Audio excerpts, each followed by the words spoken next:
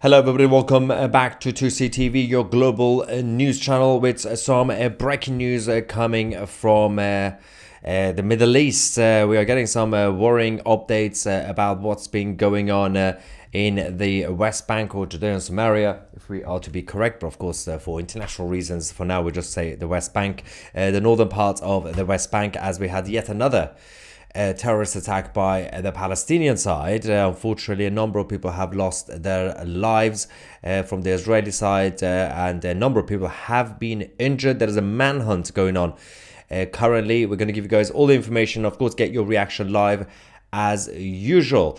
Also, just a quick update if you're watching this live at this time. In about an hour or so, at 3:45 p.m. UK time, or obviously if you're watching from the Americas, 10:45 Eastern time. In Canada, we are going to have a speech by Prime Minister Justin Trudeau. We are expecting Trudeau to resign today in about an hour, but we're going to give you guys obviously the information as it comes. So let's go back to the Middle East. The village of Al Fundak had yet another attack. Of course, we have had a number of security issues in that region around the West Bank, and despite the fact that Mahmoud Abbas continues to claim that he is doing a crackdown on extremism, it's not really the case, because there are a lot of people part of the Palestinian authorities who are still backing Islamists. I mean, they are Islamists by nature anyway, but they are also backing the terrorists and extremists. We have a video for you guys from the moment of the attack. Unfortunately, 3 people have lost their lives, have been killed, and 7 people have been injured. We don't know the conditions of the injured people so far. We have some reaction from the Prime Minister Netanyahu as well. First, let's go to the video we have from the attack.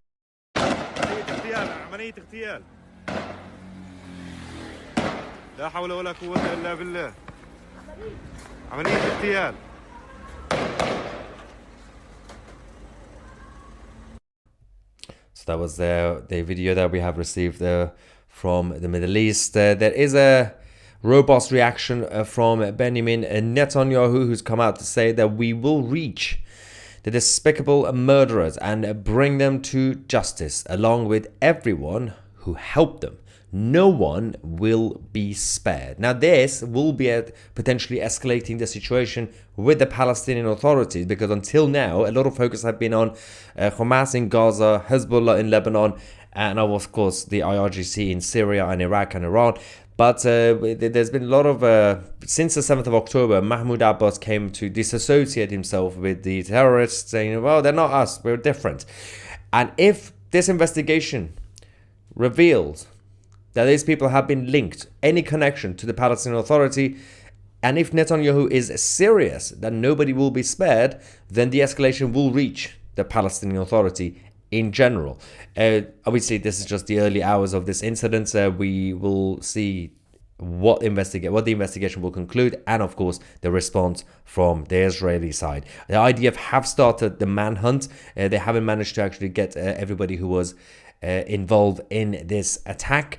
There is also a response from the National Security Advisor. We got Ben Gvir saying that remember that the Palestinian Authority supports terror. Stop all cooperation with it. Place as many checkpoints as possible and close roads. The settlers' right to life outweighs the Palestinian Authority residents' freedom of movement. Now, of course, as usual, this is a very robust response from Ben. It's not the first time he's been doing shouty responses, but there's a lot of people in Israel who are quite concerned about their own security, especially those closer to Jerusalem and those parts. And of course, if you have these attacks in tiny villages like Al Fundak, then you can get more attacks in larger towns as expected. Having said that, if we stay on the Palestinian side, as a tribe, as whatever you want to call them, as a group of people, they seem to be causing trouble across the world, in case you don't know. So we've got Malaysia as a country who have taken in a number of Palestinian migrants and refugees, and they have placed them in taxpayer-funded hotels in Malaysia, And what you've had over the last few hours, since yesterday actually, in one of these migrant hotels in Malaysia, unfortunately, the Palestinians are rioting, and we're still trying to figure out what happened exactly. But this is the video we have from Malaysia.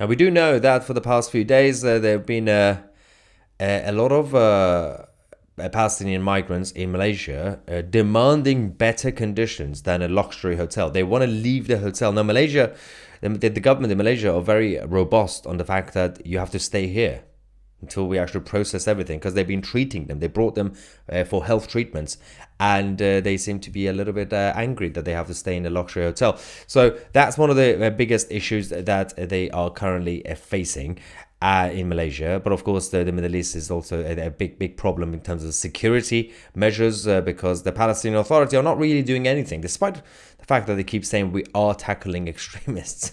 They themselves are obviously extremists. Now, while we are here, let's get some reaction. We got wherever so-called Palestinians are, you see poverty and poor Pallywood movie productions. That's a good point. Yep, that's true.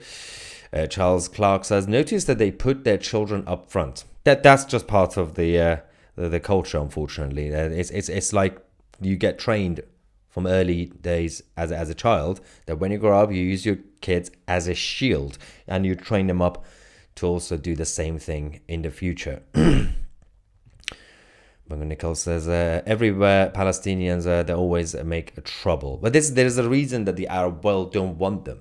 So from Egypt, UAE, Saudi, even Qatar, that obviously is a safe haven, was a safe haven for the Hamas leaders, they don't actually want the actual Palestinian people to go there, because nobody can vet their background. This is the problem. Those who have been raised in Gaza or Judea and Samaria, they can't really vet their background. You can't really tell which one has been brainwashed since childhood and which one hasn't.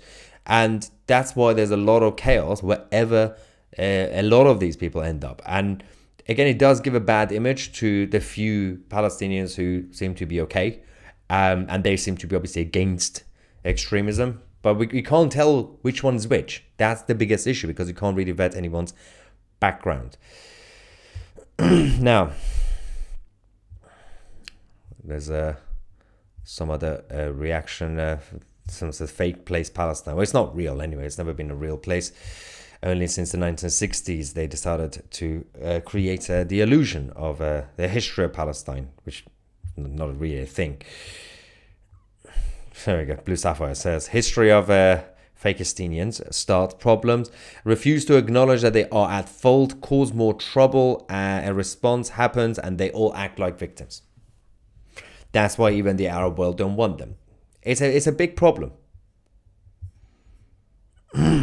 What's going on? We got Williams saying, even if you free Palestine from Hamas, a new Hamas will emerge from those remaining people. You don't get it. It's what they are. There is no changing them. The people are Hamas. And I think that's just, I mean, because you're talking about Hamas, that's talking about Gaza. But in this case, we're talking about the West Bank side. And that is a bigger problem, because you've got, well, not as big as Gaza, but still a problem because of the Palestinian Authority. It doesn't really matter what they say diplomatically on the international stage or at the United Nations. They are still backed by a bunch of nutters. That is really the case. So it's not really just between Hamas and other groups or other Palestinian groups. You still got weirdos. You got the Islamic Jihad. You got Fatah. Still a few of them remaining. It's not a good situation. Now, let's have a look. Jim says they have proven not to be interested in being good Israeli citizens. Israel does need to improve their security when it comes to Judea and Samaria. You can't really just go around expecting cooperation from Mahmoud Abbas. There are ordinary people there who are at risk. Gaza was free since 2005 until now, and that was a complete failure of an experiment. Imagine if those radical nutters had a full-on country, chaos everywhere. Yeah, well, full-on country, but also if they had access to more resources. Imagine, for example, the people who are running Gaza since 2005-6 had access to the proper infrastructure as a country, for example, as a territory like Iran. So when the Islamic occupiers took control of Iran in 1979, because they had access to the infrastructure and the resources in Iran, they've managed to basically create a big dictatorship, a strong dictatorship. But luckily, the people who were running Gaza, a bunch of idiots who were relying on handouts from Iran and Qatar and others, but they still managed to burn it all. Gaza as a land, as a corner of a territory, it could be beautiful. You got a nice beach, you could have so much potential, and these people completely neglected. The ordinary people who are living in Gaza, and obviously brainwashed the kids, and the leaders, they were living in luxury. Even inside Gaza, by the way, they build all these nice buildings just for the elite. Very Soviet Union style of living, but again, one rule for them, another rule for the plebs. So that's the situation with the Middle East. We are going to take a quick break because in less than an hour, in about 45 minutes, Justin Castro-Trudeau, the Prime Minister of Canada, is going to be making a speech, and we are expecting him to announce his resignation. It's going to be juicy, and it's going to be a big day for Canadians. Of course, we're going to get your reaction when we go live as well. So stay tuned, click on the notification bell, and then click on all, not personalized, and then you get notified, hopefully. I'm Maya Tusi, and we are the media.